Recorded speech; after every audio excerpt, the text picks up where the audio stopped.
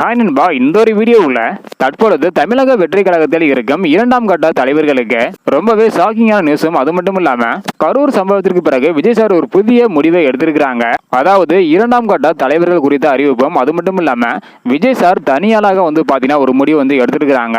என்ன அப்படின்றதையும் டீட்டெயிலா பார்க்க போறோம். அதுக்கு முன்னாடி கண்டிப்பாக விஜய் சார் தற்பொழுது எடுத்துள்ள முடிவு சரியான முடிவாக இருக்க போகுது. என்ன அப்படின்றத டீட்டெயிலா பார்த்துடலாம். அதன்படி முதலாவதாக தமிழக வெற்றி கழகத்தின் கட்சியின் உள் கட்டமைப்பை விஜய் சார் மாற்றி அமைக்க திட்டமிட்டு இருக்கிறாராம். அது மட்டும் இல்லாம அவரின் நம்பிக்கைக்கு உரிய நெருங்கிய நண்பர்களையும் ரசிகர் மன்ற தலைவர்களையும் இரண்டாம் கட்ட தலைவராக நியமிக்க விஜய் சார் முடிவெடுத்திருப்பதாக ஒரு தகவல் பாத்தீங்கன்னா கிடைச்சிருக்குது. இது ஒரு நல்ல முடிவு அப்படின்னு பாத்தீங்கன்னா சொல்லலாம். அது மட்டும் இல்லாம கூட்ட நெரிசலில் சிக்கி பலியானவர்களின் குடும்பத்தோடு விரைவில் வீடியோ கால் மூலம் பேச விஜய் சார் திட்டமிட்டிருக்கிறாராம். அது மட்டும் இல்லாம கூடிய விரைவில் நேரடியாகவும் சந்திக்க போறாங்க.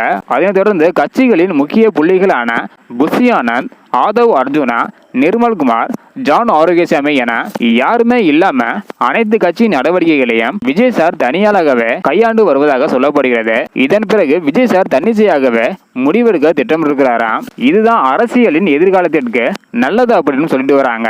எந்த ஒரு காரணத்தினால அப்படின்னா மற்றவர்களின் பேச்சுகளை கேட்டுதான் கரூர் சம்பவத்திற்கு காரணமாக அமைந்திருக்கு அப்படின்னு ஒரு சிலர் சொல்லிட்டு வராங்க. ஓகே அன்பா, நீங்க சொல்லுங்க. விஜய் சாரோட நெருங்கிய நண்பர்களையும் அது மட்டும் இல்லாம ஒரு சில நம்பிக்கையான மாவட்ட தலைவர்களை இரண்டாம் கட்ட தலைவர்களாக விஜய் சார் தேர்ந்தெடுத்திருப்பதாக சொல்லப்படுகிறது. இதன் பிறகு தன்னிச்சையாகவே விஜய் சார் முடிவெடுக்க போவதாகவும் சொல்லப்படுகிறது. இதை பத்தின உங்களோட கருத்து என்ன அப்படின்றத மறக்காம கமெண்ட் பண்ணுங்க. இந்த வீடியோ பாத்தீங்கன்னா மறக்காம எல்லாருக்குமே ஷேர் பண்ணுங்க. ஓகே அன்பா, தேங்க்யூ.